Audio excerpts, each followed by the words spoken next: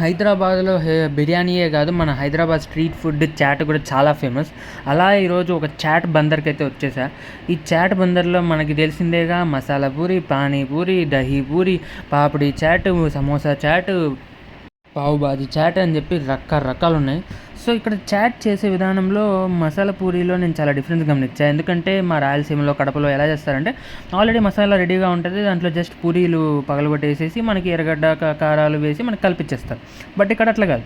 అప్పటికప్పుడు ఒక ప్లేట్ పెట్టి అది ఆల్రెడీ కాలుతూ ఉంటది. దాంట్లో మసాలా అప్పటికప్పుడు వేసి, బఠానీలు వేసి వాడు దాన్ని మసాలా అప్పటికప్పుడు మన ముందు తయారు చేస్తున్నాడు. తయారు చేసి దాంట్లో మనకి పూరీలేసి ఇస్తున్నాడు.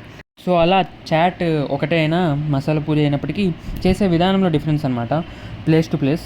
సో, అలా మనకైతే చాట్ చేసి ఇచ్చేసాడు. మసాలా పూరి ఉంది సామిరంగా అలా ఒక పట్టు పట్టేసి దాని తర్వాత ఇంత స్పైసీగా, ఇంత వేడిగా తిన్నాం కదా! కొంచెం చల్లగా, కూల్‌గా బ్యాలెన్స్ చేయాలి కదా! ఈ సమ్మర్‌కి. సో, అలా ఒక టెంకాయ కొట్టేసి దాన్ని కాస్త స్వాహా చేసి కొబ్బరి నీళ్ళు తాగితే వచ్చే సాటిస్ఫాక్షన్ ఏమో గానీ, తాగిన తర్వాత పగలగొట్టి దాంట్లో ఉన్న కొబ్బరి తింటేనే ఆహా! ఆ తృప్తే వేరు. సేమ్ మన పానీపూరి, మసాలా పూరి తిన్నప్పుడు కూడా అంతే. పానీపూరి మొత్తం తిన్నదంతా ఒక ఎత్తైతే లాస్ట్‌లో ఒక పూరి ఎక్స్ట్రా అడిగి కొంచెం పానీ ఎక్స్ట్రా ఏపిచ్చుకొని తాగుతాం చూసారా? ఆ ఎక్స్ట్రా ఇచ్చే కిక్కే వేరప్పా!